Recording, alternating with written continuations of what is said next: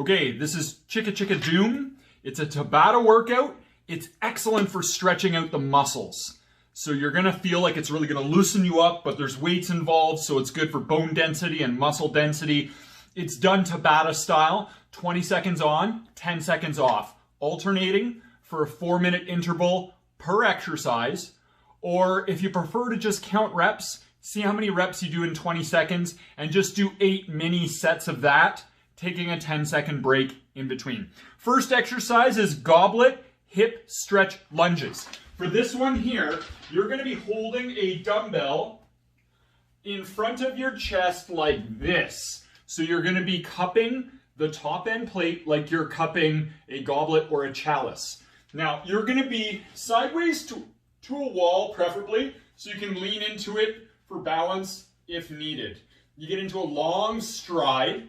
You keep your back leg straight at the knee. You lunge down and you come up, keeping that back leg straight. So by keeping that back leg straight, I'm getting a stretch in the front of the hip, okay? My lead knee shouldn't really go past my toes. If so, just lengthen the stride, all right? And once again, I'm using the wall for balance if needed. Holding the dumbbell in front gets the core activated. Now, as a progression, you can have the front of your foot elevated on a weight plate like this, or even if you want to set like a dumbbell that's hexagonal on the ground, it's not going to roll away, and you could put the front of your foot on the handle. So there's a number of different options there for you. So for the progression, you would place the front of your foot on here so that you get an additional calf stretch when you go down. So you're keeping the back leg straight to stretch the front of the hip, and as you go down, you also stretch out the calf by using that weight plate there. That is exercise number 1. Now, going on to number 2 is going to be a squat with a reaching overhead side stretch. We're going to be using a lighter weight here. You're going to be holding the weight in front of your shoulders like this, okay? So sideways grip in front of the shoulders. What you're going to do is you're going to push your hips back and bend the knees to squat all the way down. I usually just touch the elbows to the top of the thighs. Stand up, twist so that the palm turns forward. As you do a side bend, bring it back to center, squat, stand, twist overhead, reach, and side bend. Now, you're alternating where you do the side bend. When you do it, you want to get tall with your posture. Like you're really trying to stretch towards the opposite corner of the ceiling. And you want to imagine being between 2 panes of glass. So try not to do any forward bending. So for example, from the side, it might look like this, but we don't want to be twisting forward and getting clumsy and sloppy with our posture, because that can be very hard on the back. Next exercise you're going to go on to, and that one there is great for the sides. You're going to feel the sides of the low back loosen up, but they also strengthen. So they loosen and strengthen. Don't be surprised if you feel tight in the next day or 2 following your workouts, because that's often a muscle group people don't work in that way. So, you know, if you are a little bit sore a few days following, that's a sign of a successful workout. If it's still sore a week later, that's a sign you overdid it. So 1 week is the marker of whether or not you overdid it. Otherwise, it's normal to have some delayed onset muscle soreness. The next exercise we're going to be doing is a quad stretch, single leg deadlift. Now, what I do here is this. I hold the dumbbell like this. So I'm kind of like gripping the top end plate. Okay, so I'm just kind of like holding it vertical. You stand next to a wall so you can lean into it for balance. You grab your ankle up behind you, so you graze the wall with your shoulder, you tap the dumbbell down to the ground, return back up, and repeat. Now as you're doing this, you're pulling the other leg up behind you into a quad stretch. You might not be able to get into that quad stretch initially because maybe your quads are just too tight. So if that's the case, you would take a strap or a towel and you just kind of like loop it, lasso it around your leg like this, okay? So you can use that and then pull your leg up behind you, and then over time, if you get better, you might be able to reach your leg rather than using the towel to assist the quadriceps stretch. Now, with that one, it's very important to keep a straight spine, and I'm also just a big fan of grazing the wall because it's very hard to balance, and if you've got one of your ankles in your hand, well, you can imagine that if you lose your balance, you're probably going to crumble like a cheap tent and just be a mess on the floor, limbs everywhere. So just play it safe. Make sure you got a trusty, sturdy wall to spot you on that one there. Now, the next one we're going to be doing is excellent for head forward posture and upper back posture, and it's also going to be working the biceps. Now, we would take the towel that we had, and you could fold it up into a square, okay? Then you would place this square between the back of your head and the wall. Now, I'm going to have my feet pointing up.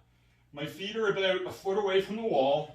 I'm keeping tall neck posture with my chin to my mid-neck and my feet point up. If the wall wasn't there, it would feel like I'm falling backwards. I have both dumbbells up here in front of my chest with a hammer grip or a thumbs up grip. I lower one at a time, okay, just like this. Lowering one at a time. So, keeping very tall posture, this is going to isometrically train the postural muscles that help to improve head forward posture and upper back posture. Between sets, I would encourage you just to remain in this wall lean position if you can. And then you go back onto another set of the arm curls, alternating. If you have to, between sets, just rest your hips against the wall and then go. But ideally, if you can stay in that wall lean position the whole time, then you will experience tremendous benefit. A word about that drill there. When you get out of that wall lean position, you've essentially reset the bones in your neck. So sometimes they're sliding forward a bit, now they're all stacked proper. And what happens is, once you get into that position, because your alignment is so much better, the blood rushes through so much easier and freely. So what happens is you may feel a little bit dizzy and woozy right after you're done. You're going to get off the wall and be like, whoa, what was that all about? Just know that that's normal, okay? It's to be expected. And usually the more that people experience that effect, the more they need that drill.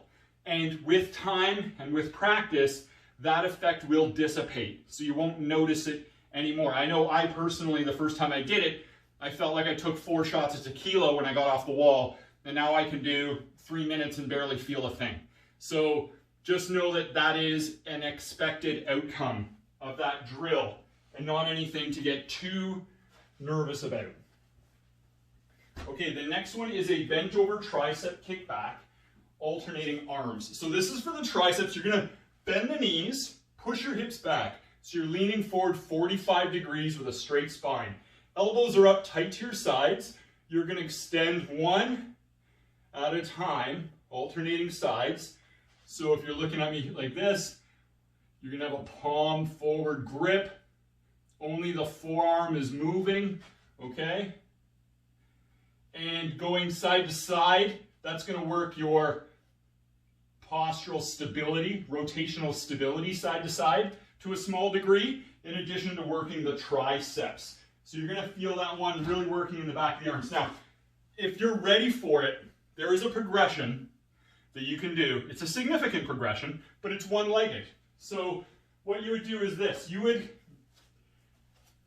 be in this position, and you just balance on one leg. Okay? Doing the tricep kickback.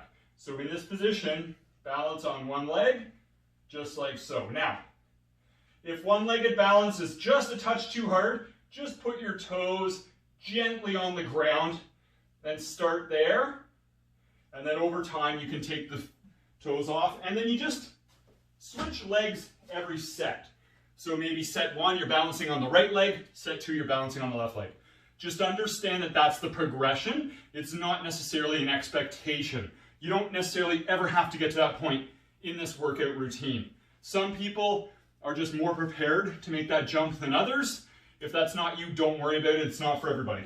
Okay, next one we're going on to, capital I leg raises. This is a brutalizing ab exercise. Okay, like you will feel this one. It is a very rare exercise. I haven't really seen it taught anywhere, but it is tremendous for the abs. So what you're going to do here is, you want to imagine the capital letter I. It's like there's a horizontal stick at the bottom, a vertical stick in the middle, then a horizontal stick at the top. And that's the pattern you're making with your legs. It's like a traditional leg raise. So you're going to lay face up on the ground, and you start with your feet up in the air. Now you spread them apart and bring them back together to make the top horizontal bar. You bring your legs down together till they're about a foot or two from the floor. Then you make the bottom horizontal bar. Bring them up together, top horizontal bar, down together, bottom horizontal bar. Now you want to keep your low back flat the whole time. You don't want to be rocking and pivoting and moving your spine all around here. So if you're having difficulty with that, don't go as low. Keep it up a little higher like this, if you have to initially. And you will start to feel that.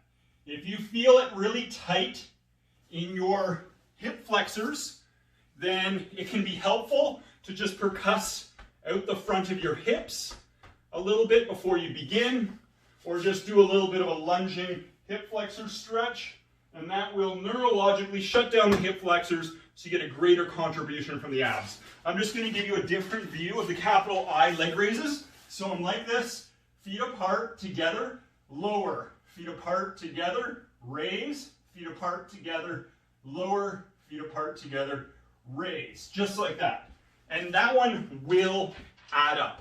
During the set, you're going to all of a sudden be like, wow, I am really feeling that one. That's normal. It's a very advanced ab exercise, but it'll also give you a tremendous core training benefit. Okay? Now the next one we're going to be doing is the bazooka heel raises. I really like this core exercise a lot. Now, I'm just going to show you this. This is the bazooka position where you kind of hold a dumbbell over your shoulder. And it's like I'm holding the front of the bazooka. Like I'd probably blow off my hand if this is a real bazooka and it fired. But that's the position. So it's a high rack position offset. And what that will do is it'll work your lateral core stabilizers, in addition to us training the calves. So I'm holding the weight up here, okay, and I just have my feet together pointing straight ahead, and I just lift my heels up, squeeze, tap the ground, heels up, squeeze, tap the ground, heels up, squeeze, just like this. Now, in some cases, if you have high arches, you want to do this with the duck feet, okay? Heels together, feet turned wide apart. If you have low arches, you might want to do it with your feet turned in, okay? Because that'll work the tibialis posterior that helps lift up the arches. Otherwise, this exercise is just taught neutral, okay? Each set, you change the dumbbell to the other side. Now, you can progress this, okay? You can go one-legged, just like this, and you can do the drill. I prefer if you go one-legged, that you're standing on the opposite leg of the dumbbell. It just requires a little bit more complex stabilization. And if you're going one-legged, you could switch legs each set, and that will be tremendous for ankle and foot stabilizers, as well as working the calves. That concludes our workout. That's Chicka Chicka Doom. It's excellent for flexibility, excellent for all-around fitness. I know you're going to love it.